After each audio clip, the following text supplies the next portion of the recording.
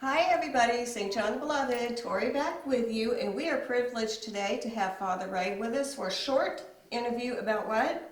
About the retreat coming up on Saturday, June 19th, 9 to 12 in the church. Right now we're in the lovely office, so don't pay attention to that. You pay attention to Father Ray. Now, we're going to ask him 3 questions because we don't want to take up too much of his time, right? Okay. So give us an idea of what will happen at the retreat. Well, it's 9 to 12, so this way people can go off and have lunch. And we'll be focusing on the wonderful life of St. Therese. She's been made a doctor of the church, one of those little over 3 dozen saints who are so important that their writings, their life, has a lesson for all future generations. And we'll focus on her little way of St. Therese, which that's why Pope St. John Paul II made her a doctor of the church, because her little way is something that everyone can do. And in the Second Vatican Council, they focused, one of the main themes was focusing on our baptism. Through our baptism, everyone has a contribution to make in the church. And the call to holiness is universal. It isn't just for priests, nuns, and everybody else, just those 3 things: pray, pay, and obey. No. All of us are called to holiness. All of us have the same calling. And St. Therese's little way shows how anyone can do that. And an important saint of our times is St. Teresa of Calcutta, Mother Teresa.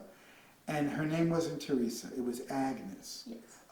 But she changed her name religious name to Teresa, so that she could live out the little way of St. Therese with her calling to work with the poorest of the poor.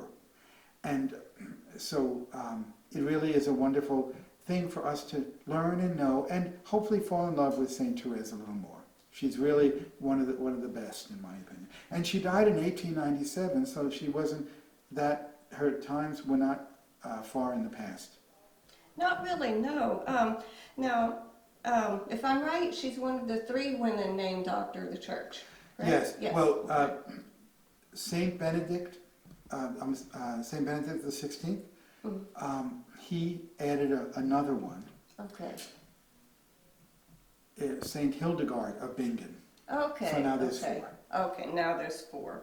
Okay, so St. Therese was from France originally. Right. So can you give us a little more background on her? Well, she's from Normandy, and you know how on D-Day we stormed the beaches of Normandy? Well, that was right near Lisieux, where she's from. And it's in northwestern France. And she died at the young age of 24, so she was always a young person. And her parents are now saints, Louis and Zélie Martin, or Martin in English. They are saints too. Their home was so Christian that when Therese joined the convent, she didn't have to relearn anything. Yeah. And there were 9 children, 5 survived, and 5 girls. All 5 of them became nuns. 3 others were living with her, so that's 4 in the Carmel as Carmelites, and then 1 was a visitation sister in another part of Normandy. But all of them became religious. It was an amazing Christian home. It was, yeah. They were very, very holy, very Catholic people, and they taught their children that, and it evidently worked. And so they're both been canonized saints now, her mother and Yes, father. they have been, yes. Now, what made you decide to give this retreat on Therese of Lisieux specifically? Well, I love St. Francis. I'm a 3rd order Franciscan, a secular Franciscan. But St. Francis and St. Therese are my 2 most favorite saints, even though I have lots of favorite saints. They're both simple, which I am. And Therese's little way, I just think, is so important. In Florida, when I was in the Diocese of St. Augustine, they had a Theresian group, and I was the chaplain of that group. Here, there were 2 groups in the Charleston area, but actually now the women have gotten so elderly that they're not really meeting anymore. I really would be thrilled if we could resurrect that, and then with the blessing of the groups that were here, so that we can get it going again would be really wonderful.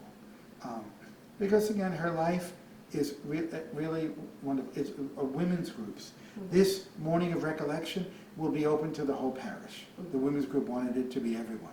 So, other men also, and so we'll see who comes. Well, everybody can learn from that too, because it's very simple, ordinary ways done with great love. Anybody can do that. If you, I believe you said during Mass one day, just picking up a pen off the floor, if done with great love, then you're operating under that method. It can save a soul, as St. Therese said. Exactly. Now, after this retreat, if you would like to learn more about St. Therese, this is her autobiography, Story of a Soul.